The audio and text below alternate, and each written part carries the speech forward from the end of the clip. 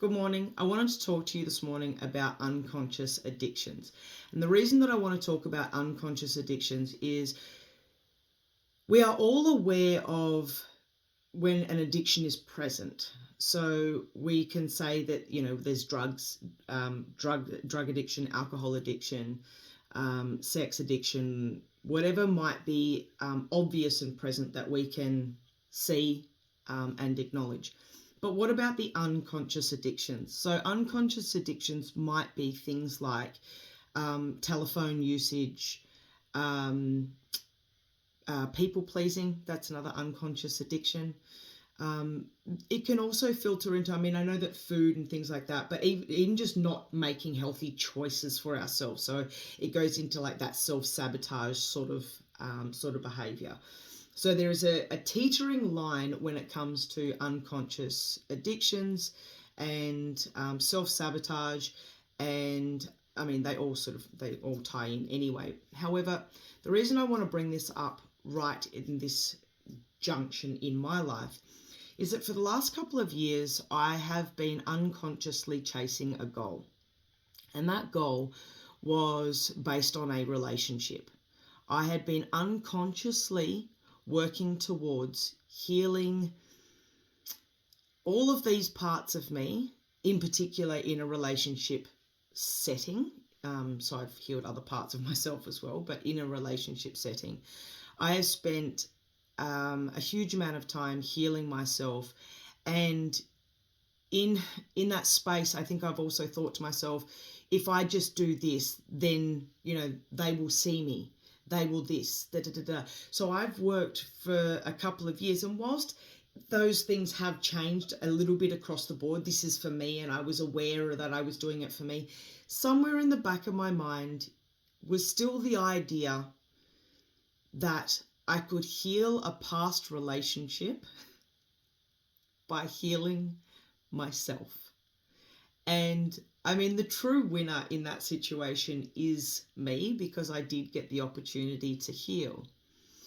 But the interesting part about it is that I have spent the better part of 18 months, 2 years, healing myself in order to attract something back into my life. And because those two things did coexist, I actually did attract that back into my life by way of action, because if nothing changes, nothing changes. And I felt that I was in a position that I really wanted to show up. I really wanted to show up. And so I put myself out there and I showed up, only to honor and finally recognize that unconscious addiction that I had going on in the background in order to heal myself for somebody else, only to be around that particular energy and realize actually how far I've grown. And it's almost saddening, because I really, really did care about that person and do care about that person. We are so misaligned now, and this is the part of healing that we kind of do forget about a little bit, because we have to let go of people. We have to let go of sometimes family, friends, relationships. We have to let go of some of those things in order to grow, and sometimes those things are the catalyst for our growth. So I talk about unconscious addictions in the sense of they're not negative nor positive, but just to create an awareness around unconscious addictions. And, I try not to get on my phone. I rarely, if ever, get on my phone, to be perfectly honest with you. It's a tool, and I don't feel that I want to be sort of caught in that. I would much prefer to have connections and relationships with people on a face-to-face value situation, because then I can feel their energy, I connect with them properly, I can make eye contact with them. So that's like, I suppose that side of it, but so no phone use, but the unconscious addictions that we put in our lives, which actually are, believe it or not, survival mechanisms. So if I didn't have that unconscious addiction sitting in the background, I potentially wouldn't have been able to get through some of the things that I got through. And the reason is because I was, I wasn't, at some points I wasn't doing it for myself. I was doing it to get to the other, to get to the other person. I was surviving, and I was in survival mode, kind of thing. So it is really interesting where an unconscious addiction can help and or hinder us.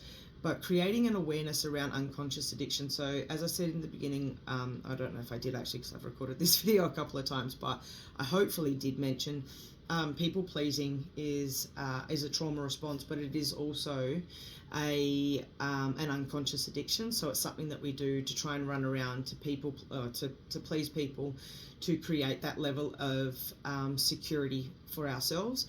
And the other one is turning to our phones. And I really, really want to encourage people to turn away from their phones at the times that they can. So treat them more as a tool. And I understand that they are our way of connecting in with our children. They are a way of connecting in with our friends and family these days. But what about the idea as simple as, if you're taking the dog for a walk, take the dog for a walk. Put your phone down, leave it at home. Get your kids to do the same thing. Make them take the dog for a walk consciously. Let them be bored for a hot second. But yeah, putting that phone down, finding other ways to entertain ourselves and to change this. Now, the only reason this is, again, another level of relevance is I saw a thing the other day about kids saying that they feel useless. That kind of hit me really hard, because as an 80s kid, I was always outside. I was riding my bike. I was playing with pieces of wood. I was in the shed. I had hammers. I had nails. I had paint. I was into things that I shouldn't have been into. I was climbing up and over boxes, up and into trees, wherever, up onto roofs. We were doing all of this stuff as kids. And our kids these days, unless you have consciously raised your children, and bless you, I did not, sadly. I am far more aware now than I was when my child was younger, and he is 15 now, and we do have more of a conscious relationship now. However, when I look at the skill set that is not present, simply because his life was very different. We knew how to, change a tire and all those sorts of things. And it's not in my son's repertoire. He could mumble and fumble his way through it, but for something for me now to be like, that's just a given, is not a given. So phones, that unconscious addiction, computers, computer games, the unconscious addiction that's pulled our children away from being children. And it's actually not helping our further our moving. We're trying to change the world, so we're dealing with trauma and trying to break away from our unconscious addictions from trauma, and ultimately these kids are going to have unconscious addictions that affect them later in life, where they're unable to be productive members of society, unless of course they're really good at computers and they want to work in IT. It's a world we live in now. So thank you for listening to my all over conversation this morning, because I just kind of got caught in it. But yeah, thank you. Thank you. Healing is not linear.